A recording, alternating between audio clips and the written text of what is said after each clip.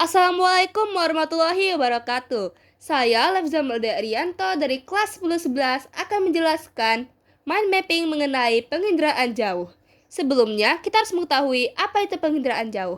Penginderaan jauh adalah sebuah pengukuran atau akuisisi data suatu objek atau fenomena oleh sebuah alat yang tidak secara fisik melakukan kontak dengan objek tersebut atau dari jarak jauh. Misalnya dari pesawat luar angkasa, satelit, dan kapal. Komponen penginderaan jauh. Penginderaan jauh memerlukan serangkaian komponen yang saling bekerja secara terkoordinasi untuk memperoleh informasi geosfer yang diperlukan. Komponen penginderaan jauh terdiri atas sumber tenaga, atmosfer, objek, sensor, wahana, perolehan data, dan penggunaan data. Yang pertama, ada sumber tenaga. Sumber tenaga berfungsi agar sensor dapat merekam objek dari cahaya yang dipantulkan oleh objek. Yang kedua, ada atmosfer. Atmosfer mempunyai peran menghambat atau mengganggu tenaga sinar matahari yang datang melalui serapan, pantulan, dan hemburan. Yang ketiga, ada objek. Setiap objek memiliki karakteristik tertentu dalam memantulkan dan memancarkan tenaga ke sensor. Selanjutnya ada sensor. Sensor adalah benda yang digunakan untuk melacak, mendeteksi, dan merekam objek-objek di alam dalam jangkauan tertentu. Berdasarkan proses perekamannya, sensor dibedakan menjadi dua, yakni sensor fotografik dan sensor elektronik. Yang keenam ada wahana. Wahana adalah kendaraan yang digunakan untuk membawa sensor guna menggunakan data indera raja. Yang ketujuh ada perolehan data. Perolehan data dapat digunakan dengan cara manual dan digital. Yang terakhir ada penggunaan data. Tingkat keberhasilan dari penerapan sistem penginderaan jauh ditentukan oleh pengguna data. Kemampuan pengguna data dalam menerapkan hasil penginderaan jauh dipengaruhi pengetahuan yang mendalam tentang disiplin ilmu masing-masing. Jenis citra penginderaan jauh. Yang pertama, ada citra foto. Citra foto berupa potret objek di permukaan bumi. Berdasarkan spektrum elektromagnetik yang digunakan, ada 4 jenis citra foto, yaitu sebagai berikut. Yang pertama, ada foto pankromatik atau foto udara konvensional yang merekam seluruh spektrum cahaya tampak sehingga objek yang terekam sesuai dengan kepekaan mata manusia. Yang kedua ada foto ortokromatik, merekam spektrum yang didominasi warna biru dan sebagian hijau.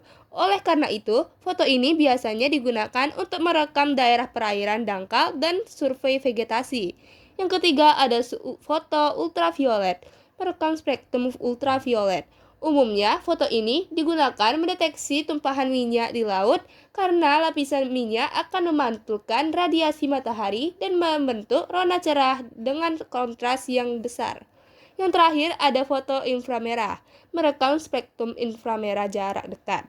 Umumnya, foto ini digunakan untuk membedakan kondisi vegetasi yang sehat dan tidak sehat. Selanjutnya ada citra non-foto. Citra non-foto adalah hasil penginderaan jauh yang tidak menggunakan sensor kamera, tetapi sumber sensor gelombang elektromagnetik dan wahana. Ada jenis citra non-foto berdasarkan sumber sensor tersendiri dari citra tunggal dan citra multispektral. Yang kedua, ada jenis citra non-foto berdasarkan gelombang elektromagnetik terbagi menjadi citra inframerah termal, citra radar, dan citra gelombang mikro. Yang ketiga, ada jenis non-foto berdasarkan wahana yang digunakan, terbagi menjadi citra dirgantara dan citra satelit. Interpretasi citra penginderaan jauh. Citra penginderaan jauh yang telah dihasilkan kemudian diolah dan dianalisis untuk menghasilkan informasi dari objek atau fenomena yang ada di dalam citra penginderaan tersebut. Proses analisis ini disebut juga interpretasi citra penginderaan jauh. Ada beberapa unsur yang perlu diperhatikan dalam mengamati kenampakan objek dalam foto udara atau citra penginderaan jauh, yaitu bentuk, ukuran, rona dan warna, tekstur, bayangan, pola, dan asosiasi. Selanjutnya, langkah-langkah interpretasi citra penginderaan jauh. Dalam upaya mengenali objek atau interpretasi pada citra digital, pengguna melalui tahapan kegiatan berikut. Yang pertama ada deteksi sebagai kegiatan awal dari pengamatan objek interpretasi citra yang hendak dilakukan. Beberapa ahli mengartikan bahwa tahapan deteksi dalam interpretasi citra merupakan kegiatan menentukan keberadaan suatu objek. Yang kedua ada identifikasi, yakni menggali objek yang diamati melalui pengambilan gambar citra. Yang ketiga ada analisis, yakni menggabungkan serangkaian tahapan deteksi dan identifikasi. Tahapan ini menekankan uraian deskripsi, interpretasi citra. Yang terakhir ada deduksi, untuk menarik kesimpulan. Penarikan kesimpulan tidak dapat dilakukan sekali. Perlu pengamatan berulang-ulang, identifikasi yang terperinci, dan analisis yang baik agar tahap deduksi dapat mempresentasikan interpretasi citra yang baik. Lalu, ada manfaat penginderaan jauh. Penginderaan jauh dapat dimanfaatkan dalam berbagai bidang kehidupan. Di antaranya, sebagai berikut. Yang pertama, ada bidang kelautan. Citra penginderaan jauh yang biasa digunakan untuk penelitian di bidang kelautan. Antara lain, CSAT dan MOSS. Citra penginderaan jauh di bidang kelautan dimanfaatkan untuk pengamatan sifat fisik air, pengamatan pasang surut air laut, pengamatan gelombang laut, pengamatan perubahan garis pantai, abrasi, dan sedimentasi di pesisir. Yang kedua ada bidang klimatologi. Bidang klimatologi berhubungan dengan iklim dan cuaca. Biasanya, peneliti menggunakan citra NOAA, meteor, atau GMS untuk mengamati fenomena iklim dan cuaca. Contohnya, mengamati kondisi cuaca di suatu wilayah, mengetahui fenomena angin siklon, dan mengamati perubahan iklim dan cuaca. Yang terakhir, di bidang sumber daya alam dan lingkungan.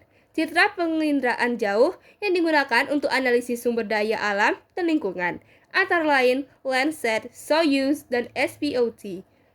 Manfaat penginderaan jauh di bidang sumber daya alam dan lingkungan. Di antaranya, untuk membantu dalam pemetaan penggunaan lahan, mendeteksi lahan kritis, dan perencanaan pembangunan wilayah.